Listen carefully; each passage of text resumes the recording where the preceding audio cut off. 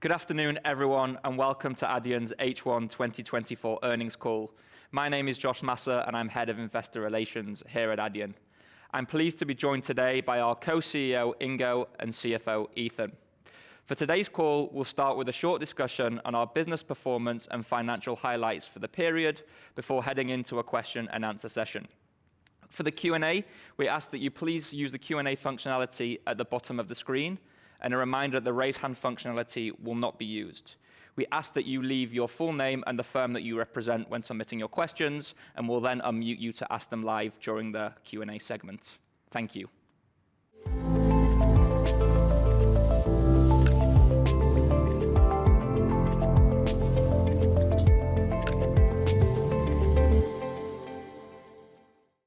So thank you, Ingo and Ethan, for joining us this afternoon. Ethan, maybe starting with you, how do you characterize this period in the context of our? Yeah, thanks, Josh.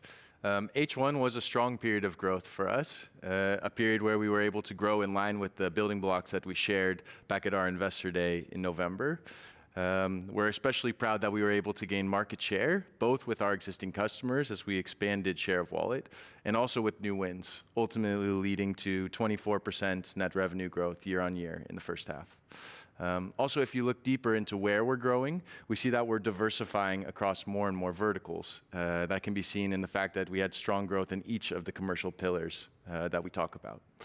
And then lastly, on EBITDA margin, the operating leverage that's inherent to our business model was again visible as we expanded from 43% in the first half of last year to 46% in the first half of this year. Thanks for that summary, Ethan. And Ingo, for you, what were some of the key business developments in the period? Yeah, I see the last half year as a very solid one for us. If you look how we have continued to grow in all regions and they're performing in line with our expectations, that's a very strong result for us. If you look, for instance, at EMEA, we continue to grow in a market where we've been active for over 15 years. So this market is more mature for us. At the same time, we see growth of 25%. The main reason for this is that we have a lot of verticals where we are active. We have expanded that over the years, and that's one of the reasons why we still have a lot of runway in EMEA.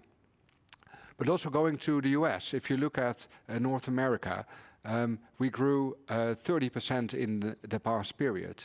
And where I'm specifically proud of is the fact that we continue to grow and win with domestic players, also in unified commerce, which is an important growth area for us. Then for LATAM and APAC, these are long-term investments for us.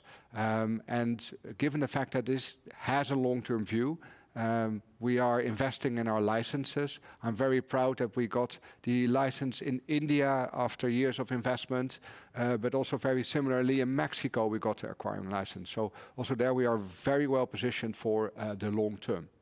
Great, yeah, great to see growth across the regions. And so Ingo mentioned that we continue to win big domestic players, particularly in unified commerce, and that's a theme we touched upon last period as well.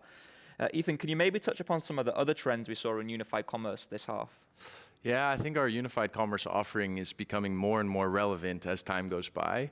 Not only more relevant to more verticals, but also to help them better provide the right experience to their own customer base. And whereas we started with small format and luxury retailers, and we continue to grow with them, we also see that we're able to expand in a wider set of verticals as we've been focused on them for the last years. Take, for example, large format retail, and then especially in the US where we've had a big focus, we were able to have great wins with domestic names like Scheels or Crate & Barrel, which we added in the first half. At the same time, on the hospitality side, it was our fastest growing vertical within unified commerce. And that's an area where there's been a big focus on how do we shape the experience for our customers across online and in-store, something that we're really well positioned to help with, and we're seeing the ability to do that with our customer base. And then lastly, we also share a number of metrics, one of them being how many customers work with us across multiple sales channels, so that's in-store and online. And that number is growing quite a bit. The majority of customers that added a second sales channel in half were in verticals that aren't luxury or small format, which is where we got our start. So I think a really good sign that we're also diversifying across our base and across the opportunity in unified commerce. Makes sense. So continued growth and diversification seems to be the key theme in unified commerce. Of course, we have two other commercial pillars. So Ingo, maybe you can touch upon some of the developments in digital and platforms. Yeah, absolutely. If you look at digital, we continue to be the partner of choice for content and subscription services. And this comes through the fact that we have a very strong offering in recurring payments, which results in higher authorization rates. Take, for instance, Fubo, which is a sports-first live streaming service. They started to work with us and improved their authorization rates with 1.5%, which is very significant if you're active in this market. Then on the platform side, we see continue to grow our business, specifically in software as service offerings. One of the metrics that we track internally is the number of platforms that process more than 1 billion over a period. And we saw that number of platforms growing to 22. So I think that's a very strong indication that we're on the right path with platforms. Yeah, that's great. In the last couple of periods, we've talked a lot about how our customers' focus has shifted towards cost optimization. So Ethan, can you maybe explain how we're continuing to meet those needs? Yeah, sure. So it certainly remains a top priority for many of our customers. How do they reduce the total cost of ownership around payments? And given that we're a small fraction in many markets of the total payments cost for our customers, there is a lot of room for us to help them optimize. And we've been very much focused on that. Also, in comparison to our premium product, it positions us really well if we can help them drive down their overall payments costs. And so from a few angles, we've been focused on it. First, from a product perspective, one example to share is that we've been very focused on our US debit offering. It's an offering we've had for a number of years, but we've also doubled down on product enhancements there to be able to really offer a sophisticated experience to our customers, both in being able to reduce cost by using alternative networks, but also in the performance that they see across the use of those networks. And then from a customer perspective, one of the ones I'd highlight is Indeed, a customer that we were able to work very closely with to help reduce interchange and scheme fees. So significantly, actually, that we were able to reduce it by over 40% over their cost savings goal they had around payments. That's great to see some concrete examples there. And maybe shifting focus to within the business. Ingo, can you share some thoughts around how our hiring has developed through the year? Yeah, so we continue to invest in our team, albeit at a lower pace than the past 2 years, but that's also something that we planned for. We continue to hire in specifically North America in sales and engineering roles. And for the remainder of the year, we still expect to hire a couple of hundred of people. But of course, we continue to focus on the quality of people. So it's not a target in itself. As a company, we've always been focused on culture, making sure that we hire the right people. And of course, we continue to do so also in the second half. Yeah. And I think if we go back for the last couple of years, we've really focused on the commercial team. So Ethan, can you elaborate on how those hires are progressing? Yeah, sure. So the commercial side has been a big focus for us also in the last years as we were hiring at a higher pace. It remains that way. And especially in a market like North America, we had a big focus over the past years. It will take some time for that hiring to be visible in our net revenues. So it's too early to say that it's already a big impact in the first half, but the early signs are good. We see that the new hires are able to build pipeline and able to move that pipeline through the various phases of the sales cycle. So we do see good early signs of progress and expect that it will contribute to our growth over the coming years. Okay, so we're progressing in line with our expectations, that's clear. Now, we've talked a lot about this period, and before we go to the Q&A, Ethan, can you elaborate on what all of this means for us financially for the upcoming period? Yeah, sure. So to start with, let's talk about how we defined our financial objectives. We are very much long-term oriented as a business, and we wanted our financial objectives to reflect that. That's why we set them over a 3-year period. For net revenues, that was for the next 3 years with an annual rate of between the low 20s and the high 20s. For 2024, we talked about being towards the low end of the range, and we continue to expect that that's the case for the full year. In H1, of course, we had net revenue growth of 24%, so above the low end of the range. And that's why we also want to give a bit more context on how we expect the second half to play out. For H2, we expect net revenue growth to be lower than what we saw in H1, and that's entirely driven by the stronger comparables that we had in the second half of last year compared to the first half of last year. We do see strong momentum though, and therefore we don't expect that our net revenue growth in the second half will fall below the annual revenue guidance that we've previously shared. For EBITDA, we expect to continue to grow our EBITDA margin to levels above 50% by 2026, and already in H1 saw steps in that direction as we expanded from 43% to 46%. And lastly, I just conclude by saying we feel really well positioned to be able to deliver against the business opportunity we have and also the expectations that we've laid out. It's very clear. So it's now time for the Q&A. For everyone to have the opportunity, we request that you please keep it to 2 questions per person. As a reminder, we ask you to use the Q&A functionality of Zoom rather than the raised hand function. Please leave your full name and the firm that you represent. We will then invite you to unmute yourself and ask your question. Thank you.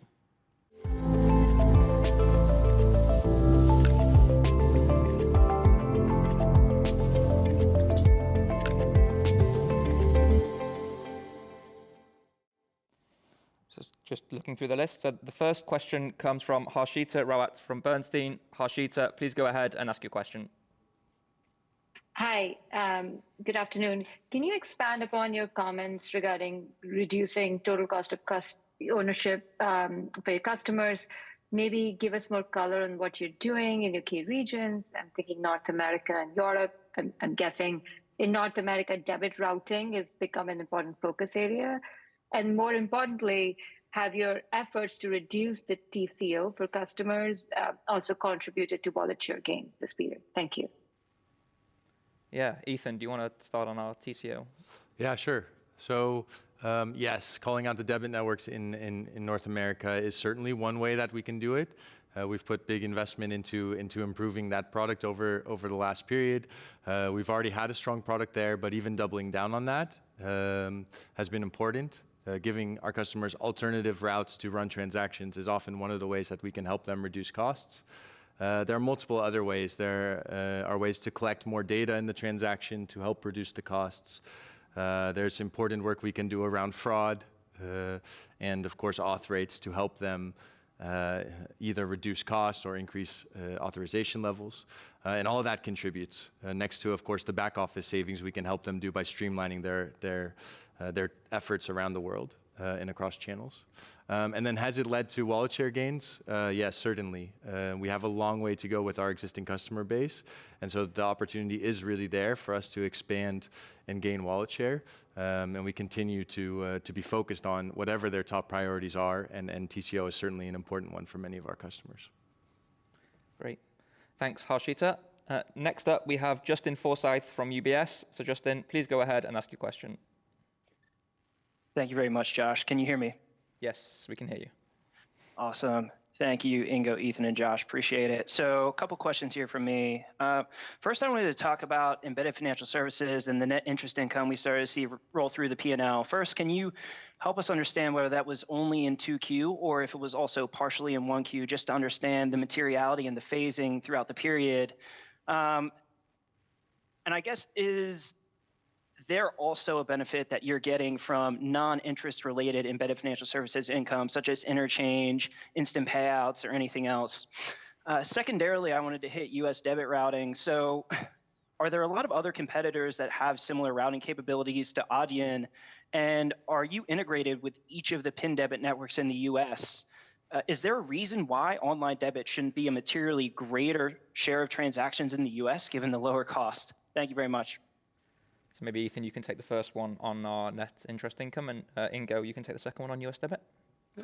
Yeah, I would say that the net interest income that we earned was over the course of the first half. I think it's really important to understand that, of course, it's great to see that we're getting traction with some of these products, but it's also not that we expect this to be a material contributor to net revenue growth in the short term.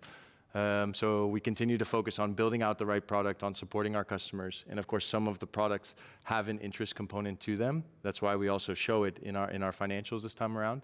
But it's also going to take some time for it to really be a significant part of our net revenue. In terms of other products, which aren't shown in the net interest income line. Yes, it's true. We have payouts as an example. We have issuing. These are products which also we are embedding into our offering, but which are shown given the way that we earn our fees in non-interest revenues. They're also very, very early stages, but hopefully a growth driver for us in years ahead. Ingo, on the US debit? Yes, on US debit, the way how we build US debit is to optimize at the one hand for low-cost routing, and the other hand also for the highest authorization rates. And I think that functionality, the way how we've implemented it, is unique. I don't think that our competitors do that in the same way that we can do it, and that's also why we are very well positioned to work with our customers and offer it. We are continuously upgrading those connections because indeed these are multiple networks, and there's certainly some work to be done to get to the last stage where we want to be and to have the optimal experience. But we already have a very strong offering for US debit. That's great, and thank you, Justin, for your questions. Next up, we have Adam Wood from Morgan Stanley. Adam, please go ahead and ask your question. Hi, thanks very much for taking the question. Maybe just first of all, it's very helpful you to give the outlook into the second half, and I think people will really appreciate that. Could you maybe just elaborate a little bit on the level of visibility you have into that second half outlook? Are you depending on a couple of key merchants to ramp up? Is it general business across the group that you're seeing? And anything that you could help us with why you're comfortable giving that more detailed level of guidance now would be really helpful. And then maybe just secondly, coming back to the US, I think last year you talked about the macro not helping in terms of customers looking at costs on making payments decisions. It now feels as if your value proposition really is gaining traction again in the US. Could you talk a little bit about what's changed there and what the mix is between competitive behavior changing, more experienced, bigger, and also in terms of the product offering and what you have in the US market? Thank you. Ethan, do you want to take the first one on the visibility, and then Ingo will come to you? Yeah, sure. So, of course, on a regular basis, we're working with our customer to understand what are the opportunities for us to expand wallet share.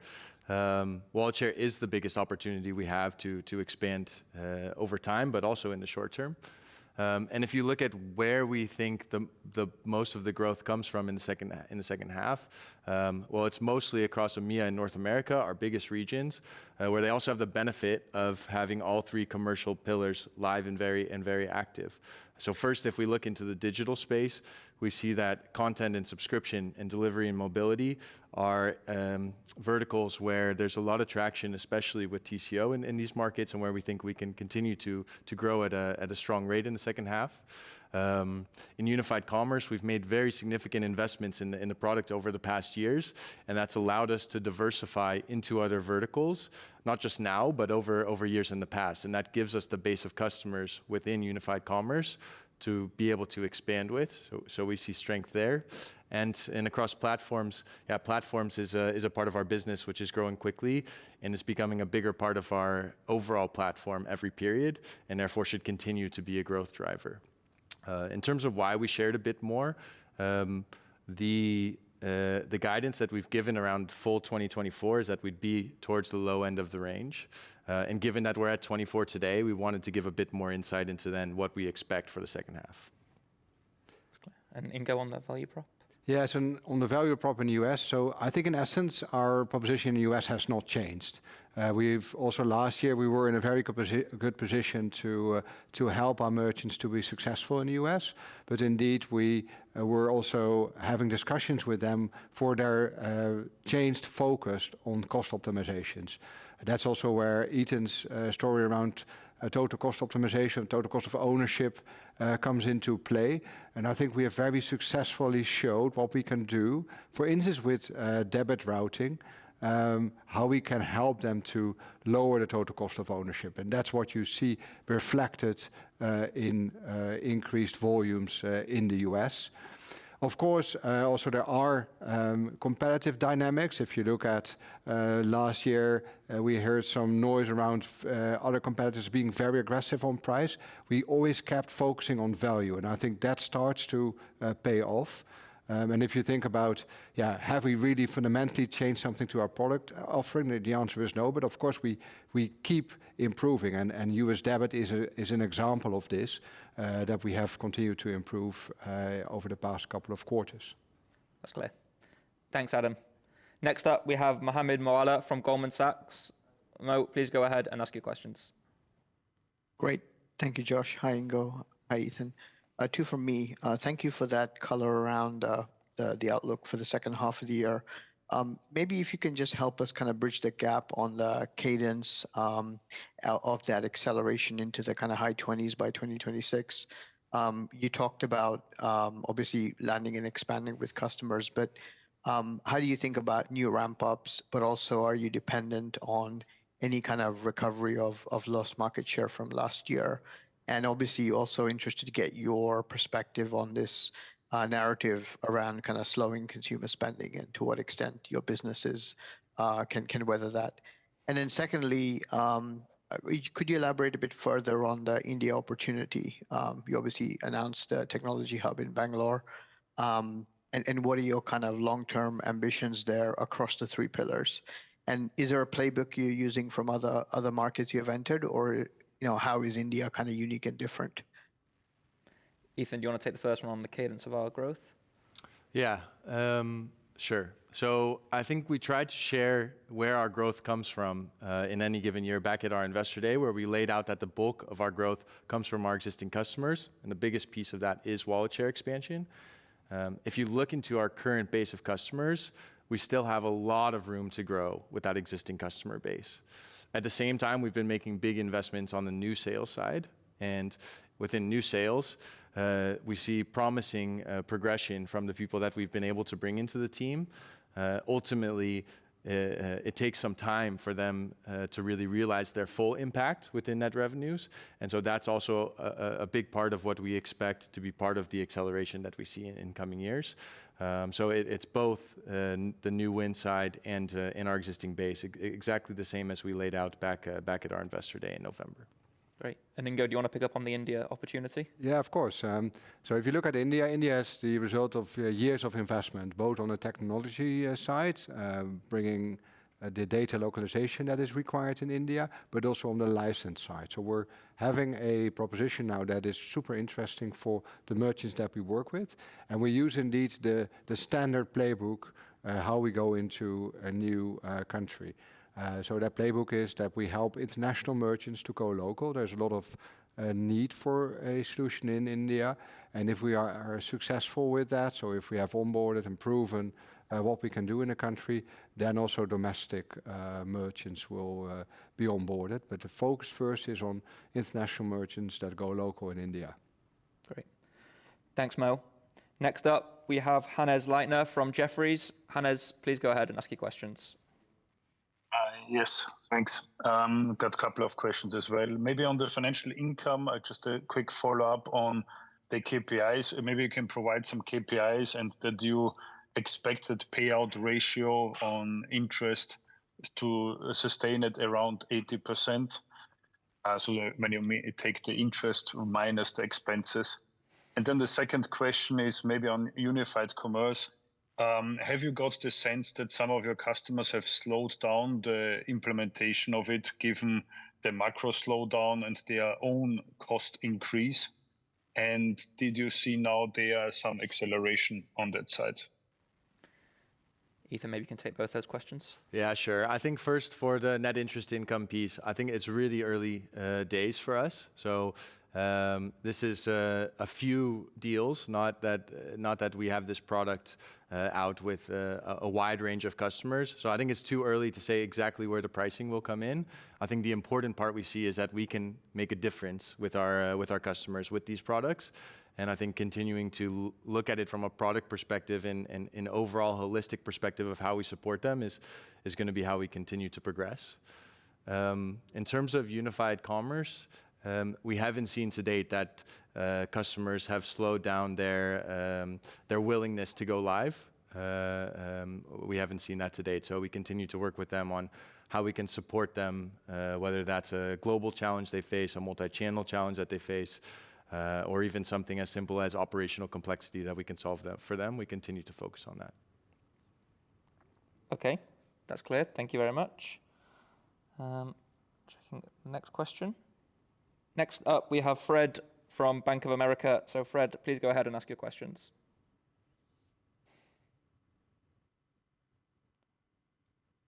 Yes, thank you very much. So first question around your margin progression. So, strong margin progression in H1, and you flagged limited hires for now, but to catch up in the second part of the year. So should we expect slightly less margin expansion in H2? And I don't know if you can also provide some color around your midterm and ramp up towards your 2026 target. And then second thing, you touched on the kind of early traction of your new growth areas, but it would be good to have a bit of an update around account capital issuing. I mean, the kind of non-acquiring business, what you see is, getting traction and can become meaningful in the next, 2 years would be great. Thanks, Fred. Ethan, maybe you can take the first one on the margin progression, and then we'll come to you, Ingo, for the EFP stuff. Yeah, so in terms of the hiring, yes, we do plan to hire more in the second half, but in the scheme of things, it's still a relatively small number compared to the overall team that we've built over the years. So I don't expect it to have a major shift on impact between H1 and H2, especially because EBITDA margin progression is typically seen on a 12-month rolling basis. So I would just say here that first and foremost, we're focused on net revenue growth. We believe that there's a lot of operating leverage in this business, and we're going to manage carefully where we invest and how we invest to progress towards that 2026 50 plus number.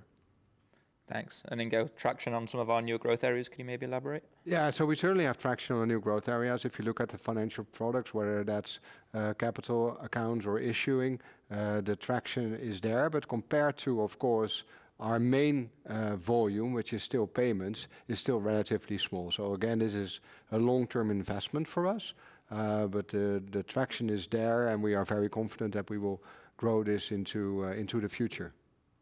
Great. And thank you, Fred, for the questions. Next up, we have Sandeep Deshpande from JP Morgan. Sandeep, please go ahead and ask your questions. Yeah, hi. Thanks for letting me on this afternoon.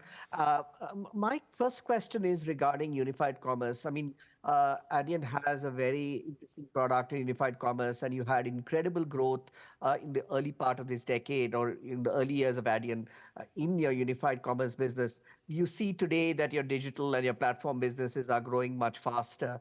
Is this because of the ongoing economic situation? Is it because of how your customers are, the cadence of the ramp up, or is it because, you've changed where you want to focus on? So because this looks in the long term to be where Adyen's market share compared to its competitors is probably the lowest, and you have the greatest potential for growth. And I have a quick follow-up. And my follow-up is on the markets of Adyen. I mean, when we look at the different markets, your growth, as you just said in your early remarks, Europe is still growing very strong, even though you are probably one of the leading players in Europe in this market. Where is it? Why is it that Latin America is lagging compared to where you were when you started off, whereas Asia Pacific is doing much better in that regard? Is it because of investment, or is it because some strategy decisions you've made? Thanks, Sandeep. So Ethan, do you want to take the first one on unified commerce? Yeah, sure. I think so. For unified commerce, it's absolutely an important growth market for us. You mentioned platforms and digital. Platforms is, of course, growing quickly off a much smaller base. If you look in digital, it's also important to understand that a lot of the volume growth that we saw over the last year is driven by a very large digital customer, where they bring a lot of volume to the table. But it's also important to understand that we're managing the business mostly focused on net revenue and how do we grow with our customers over time. And therefore, there can be much bigger swings from a volume perspective than from a net revenue perspective. So it doesn't necessarily mean just because there's stronger digital volume growth that unified commerce isn't growing as fast from a net revenue perspective. And just to put that into a bit of context, so this large digital customer that we've been working with over the last year, who's driven a lot of volume growth, in H1 only made up around 1% of our net revenue. So there can be differences in where volume and net revenue growth come from, and I think that's an important piece that as we look out to our growth, it's very much driven off of a wide set of customers who we're able to support across each of the pillars, more than it's tied to any individual customer. It's clear. And Ingo, do you want to take the one on LATAM and APAC? Yeah, sure. So I think first of all, the places where we have offices, also they help to sell into different regions. So the way how we recognize revenues, so revenues in LATAM is indeed the revenues that we process locally in LATAM, but for instance, LATAM also sells into other regions, and that's not being reflected in that number. So the offices are very successful. The fact that you see less of growth in LATAM as an example is because we are continue to improve our connections there. So we have our own acquiring now in both Mexico and Brazil. That also means that we can further improve our product. So for instance, with anticipations, which is a key feature in the Brazilian market, we have been in a position now to make changes there and become more in a better competitive position. So for the long term, we are in a really good position, and I expect going forward that our growth rates also in LATAM will further increase. That's clear. Thank you very much. Up next, we have Josh Levin from Autonomous. So Josh, please go ahead and ask your question. Good afternoon. Just one question for me. Historically, Adyen has charged a premium price and hasn't shown much flexibility when it comes to pricing. Has that changed in the US over the past 6 to 12 months? Has Adyen become more flexible in how it prices in the US? Thank you. Ingo, do you want to take that one? I wouldn't say that we've become more flexible in pricing in the US. I think the US is a very competitive market, so we always look at, okay, what kind of pricing can we charge, but we always charge with this value add or premium mindset, so to make sure that we prove what we can do better than competition and price for it. But indeed, the environment is, if you look at how pricing in the US, it is lower, for instance, than in Europe, so that is something that we see. But we haven't changed our strategy here. Okay, thanks, Josh. Next up, we have Alex Faure from Exane. Alex, please go ahead and ask your questions. Good afternoon. Thank you very much for letting me on. Question for Ethan, probably. Could you remind us of what you include in other services revenues? From there was a bit of treasury management and FX management fees in there. It's been quite stable over the last 12 to 18 months. So I was wondering if FX volatility is having an impact on that line of revenues. Thank you. Yeah, sure. So you're right. A part of that is FX. We also have things like issuing, of course, very small, but we have a range of different products in there. In terms of FX, I'd say it's less driven off of volatility and more that we give our customers the choice of how they choose to be settled, whether that's like for where possible, or whether they'd like us to do the conversion, and we give them the full capability to be able to do that. So that's ultimately what's leading to the developments in other services primarily. Clear. Thanks, Alex. Next up, we have Darrin Peller from Wolf. Darrin, please go ahead and ask your questions.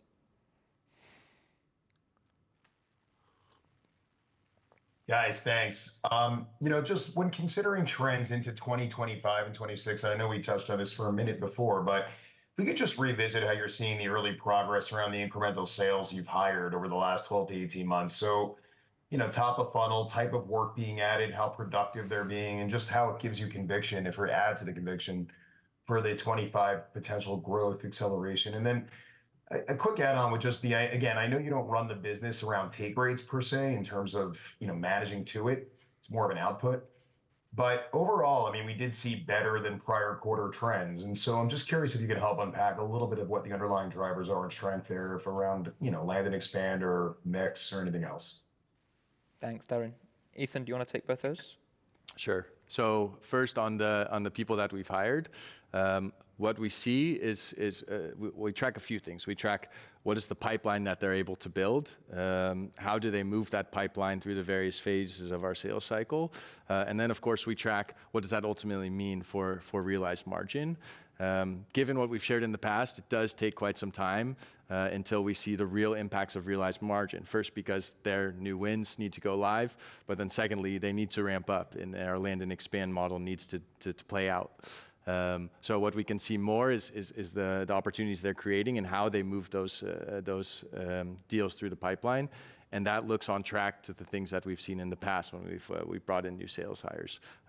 So I think that's very much in accordance with the expectations we had when we thought about ramping up the commercial teams. And of course, it's not just sales. It's focusing on the efficiency that we have in our full commercial engine. How do we make sure that we're connected across marketing, across sales, account management, across partnerships? And that's been a big focus for us too as we've gone through this investment phase. So I guess I'd just summarize by saying, so far everything is in line with our expectations, and we continue to believe that this will make a big difference for us over the coming years. Second one on take rate and underlying drivers. Yeah, so I think for take rate, the important question for us is: are we seeing real pricing change, or is there or are take rate developments merchant mix based? And if you look at what we've seen over the last year and before, we see that almost any take rate development is driven off of merchant mix. So it depends where the volume growth comes from in that period, and whether that comes from very large customers or smaller customers ultimately has the biggest impact on take rate, much more than in something like Pillar, for instance. And that continues to be the case. We don't see that there's pricing change really in the customer base. It's really down to merchant mix. Got it. Thanks, Darren. Next up, we have Pavan Daswani from Citi. So Pavan, please go ahead and ask your questions. Hey there. Thanks for taking my questions. I've got a couple, if I may. Firstly, new wins seem to have been a larger contributor to growth in H1. I noticed that you didn't mention the greater than 80% of growth from existing customers that you've previously talked about. Should we see this as a new normal, or will there be more variation in periods depending on ramp timings? And then secondly, could you give us an update on the competitive dynamics in US digital, in particular whether you're seeing some rationalization in pricing in the market, as well as any changes in customer behavior? Thanks, Pavan. Ethan, do you want to take the first one on new wins? And then... Yeah, sure. So I would say we haven't really seen a significant change in new wins. The vast majority of our growth in any given period comes from our existing base. The reason we didn't share that is because in November we outlined new building blocks, of which we split new wins into truly new wins in that year and the ramp up of the previous cohort. And so we want to keep focusing on those building blocks and sharing how those are developing. And that's why we didn't include it. But ultimately, we see very similar trends to what we saw in the past. Thanks. And Ingo, on the dynamics in the US? Yeah, so if you look at the dynamics in the US, it's very clear that we are growing fast with 30% growth in North America over the first half year. So we're executing on our strategy. Our stories around reducing total cost of ownership, they really resonate with digital customers. And that's why we are in this position. Has that really changed the dynamics, or is that a result of different competitive behavior? I would say it's not. It's really about our strength, what we can do with our customers. It's the same how we at the moment win for unified commerce in the US with the wins that we've also mentioned, like Shields. And that's why, we are very happy with our development there. Great. Thanks, Pavan. Next up, we have Orson Rout from Barclays. Orson, please go ahead and ask your question. Hi, thanks for taking my questions. Two from my side. First is just on the hiring. I saw that in H1, North America was actually still active on the hiring side, whereas in EMEA, you saw a bit of a sequential decrease in FTEs. Should we expect this to be a continuation in H2, where the hiring is primarily North America weighted, where you're still quite small in terms of FTEs? That's the first question.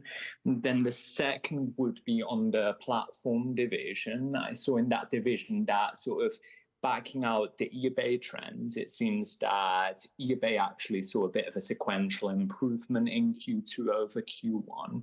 So I was wondering whether you could speak to that. But then at the same time, if you look at platforms excluding eBay, that slowed a bit sequentially into Q2. Was that primarily due to comp effects or any drivers there that are important to consider? Thank you. Thanks, Orson. Ingo, do you want to take the first one on the hiring trends? Yeah, sure. So if you look at the hiring trends, we closely look at where we further want to grow our business. And of course, North America is a very important growth market for us. So we continue to hire there. But it's also the case for other markets that are important to us. If you just look at single countries here in Europe, like Germany as an example, it's also where we continue to add commercial people to the team. Very similarly for instance, how we want to invest in India, for instance. We just announced our tech hub in Bangalore, which we will further build out next half year. So the growth that you will see in FTEs over the second half will be in multiple places globally, but of course, from a commercial perspective, also where we expect most of our growth. Got it. Ethan, do you want to take the second one on our platform's growth rate? Yeah, sure. So first, on the eBay part, the first part of your question, yeah, it's true that the eBay volumes have grown in the first half compared sequentially. If you look at the ex-eBay numbers, what we see is that platforms is still the most concentrated of our pillars. At the same time, we're also adding many new customers and expanding with them. So we added 7 platforms doing over €1 billion in volume, just year over year, up to 22. So quite significant growth from where we were at. And we continue to see that we can grow wallet share within our existing base, but also add more platforms who can grow to that scale. And of course, that gives us the opportunity to work with large enterprise customers and reach the longer tail of the market that we wouldn't reach directly. So yes, we see that volume growth is more related to ramp-ups that we had over the last year. It's still very strong growth, strongest that we have, and we still have really big expectations for where platforms can go, especially as it gets less and less concentrated over time. It's clear. Thank you. Next up, we have Andrew Bauch from Wells Fargo. Andrew, please go ahead and ask your question. Hey, thanks. I also wanted to touch upon the platform opportunity. And just thinking about the mix of point of sale and e-com longer term in platforms. I mean, in the platform space, you have a diverse set of merchants there that operate in both spaces, but trying to understand what that kind of terminal mix as it continues to tick up as it relates to point of sales percentage of the overall volume from platform.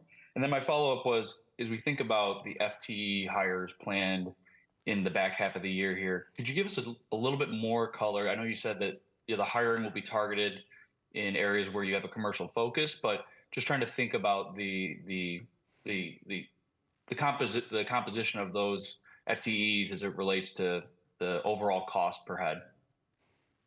Thanks, Andrew. Ethan, do you want to take both those questions, starting with the platforms mix? Yeah,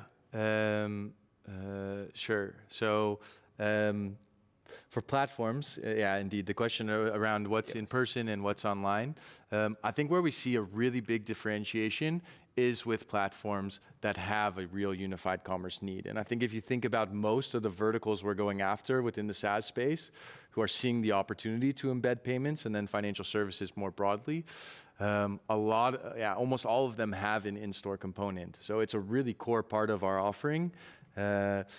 Of course, in our platforms customer group, you also have marketplaces. The marketplaces tend to be much more e-com focused, but when you really look at the SaaS vertical providers, almost all of them have an in-store component, and that's where we can really make a difference. So I expect that to be a major part of our platform growth ahead. Sure. And the second one, on any considerations around cost per FTEs we go through the second half? Yeah, nothing that I'd specifically highlight. I think it is mostly tied to the number of people that we've hired. And then if you look at it on a year-over-year basis, that's mostly lagging 12 months. Got it. Thanks, Andrew. Next up, we have Sanjay Sakrani from KBW. Sanjay, please go ahead and ask your questions. Thank you. Good morning. Ethan, sorry to make you do this again, but can you just maybe unpack the second half revenue growth expectations? I know in the first half we had some seasonality with mix and such. So, if we're going to get quarterly numbers, maybe you can just help us think through that and just any assumptions you've made in terms of macro or anything else as we think about the sequencing in the second half. And then the second follow-up question would probably be for Ingo. I'm related to sort of fintech valuations. I mean, those have declined pretty meaningfully. I'm just curious if there's anything interesting enough to cause you to back off, not considering M&A. Thanks. Thanks. Ethan, do you want to take the first one first? Yeah, sure. So I think in general, if you look at where our growth will come from in the second half, it's going to mostly come from wallet share expansion with our existing customers. That's what we see, and that's also what we've historically seen, that's the biggest building block to our growth. I shared a few of the areas where we think that will be strongest, and I think we feel very strongly that we'll be able to see that growth. And the reason for having lower growth in the second half compared to the first half in our expectation is entirely then related to the comparables that we had in the last year, and where the second half was stronger. So I wouldn't highlight anything specifically throughout the period, but more wanted to give a bit of insight given our H1 numbers were above the low end of the guidance range that we've shared previously. Got it, thanks. Ingo, M&A? Yeah, M&A. Yeah, so we've always had a organic growth strategy, and the reason for this is that we strongly believe that building the infrastructure ourselves gives us full control. And the moment you would start to consolidate platforms, you always end up with a question like which platform are we going to terminate? How are we going to migrate customers? I think there are a lot of examples in this industry where that has been very painful or just not working. Customers select us because of our performance and the fact that we have this full control. At the same time, we're never dogmatic, but for us, focusing on executing on our strategy, the things that we have already built, that is key to being successful. So don't expect any change in our strategy so far. That's clear. Thanks, Sanjay. Next up, we have Brian Bergen from TD Cowen. Brian, please go ahead and ask your question. Hi, guys. Good afternoon. Thank you. First question, kind of a unified impact on digital. As you expand wallet share in digital clients, those digital clients taking unified commerce and you're winning more point of sale processing, does that influence the volume share or the retention that you would typically see on the digital processing side? So meaning, are you seeing an incremental uplift on the e-com volumes where you've also won more recently the unified portion of the business? And then just to follow up on EBITDA, you've offered here second half net revenue growth commentary. Any indications on EBITDA margin trajectory or just important second half cost considerations? Thanks. Ethan, do you want to take both those starting? Yeah, I would say the deeper embedded you are into your customer, the more value we can bring. I think the same is the case in unified commerce. If we're able to work across multiple sales channels, we are able to bring more value because we can connect shoppers online and in person. That has a lot of value to our customers. Of course, if we can do that in more markets, we can add even more value. So I would say, yes, the more business we do with our customers, the more value we can create, therefore the stickier it is. And that's why we really do employ that land and expand model. Let's start with showing you that we can add a lot of value. And over time, as we consistently grow wallet share, we'll show you that the value increases even more over time. That's our strategy, and we definitely see that play out. Thanks. And the second one on EBITDA, any indications of trajectory there? Yeah, nothing specific that I'd call out around H2. I think we've been quite clear about how we expect our hiring plans to go. The biggest part of our costs are related to the team. Other than that, there's nothing specific that I'd call out related to EBITDA. Sure. Thank you. Next up, we have James Friedman from SIG. So James, please go ahead and ask your questions. Hi. Thank you. Ingo, you mentioned the improved authorization rates in your prepared remarks. I realize that's more of a journey than a destination, but if you could share some context around that, and then I'll just ask my follow-up. Ethan, with the full stack improving to 82%, what strategies are you using to further penetrate? Because I know that that's been an objective over time. Thank you both. Thank you. Ingo? Yeah, you're absolutely right that optimizing authorization rates is a journey and not a point to itself. I think that's also where we are being recognized for, working closely with our customers. It's an important factor that our account management teams play together with our data teams to help merchants to understand how they can further improve the authorization rates. I think typically what you see, the more data a merchant can send to us, the better judgment we can make also from a risk perspective, how we get a transaction authorized. And that's also how specifically on the content and subscription type of industries, we've been very successful. Our recurring data or recurring engine is very strong. We can use right risk checks, etc. And that's how we improve the authorization rates over time. But it's a continuous process. That's absolutely right. And then Ethan, the second one on full stack. Yeah, as we shared in the past, our non-full stack volume today is mostly in industries where we weren't looking to do the acquiring in the past, like airlines, for example, or with certain payment methods. The biggest ones that come to mind are American Express and PayPal, where there's the option to do that as gateway volume. Those still remain the biggest parts of the non-full stack volume. So it's not that we're employing some specific strategy around it. We've brought on most of the own acquiring volumes on our own licenses over the years in the markets where we operate. Great, thank you. And the final question comes from Craig Mauer from FT Partners. Craig, please go ahead and ask your question. Yeah, hi. Thanks for taking the question. Wanted to ask about accelerated checkout solutions. You're seeing some accelerated checkout solutions being offered by some of your biggest competitors and in fact, one of your partners. How do you view those solutions as a way for those competitors to grab share should they show high efficacy in the market? And do you plan to compete in that space? Thanks.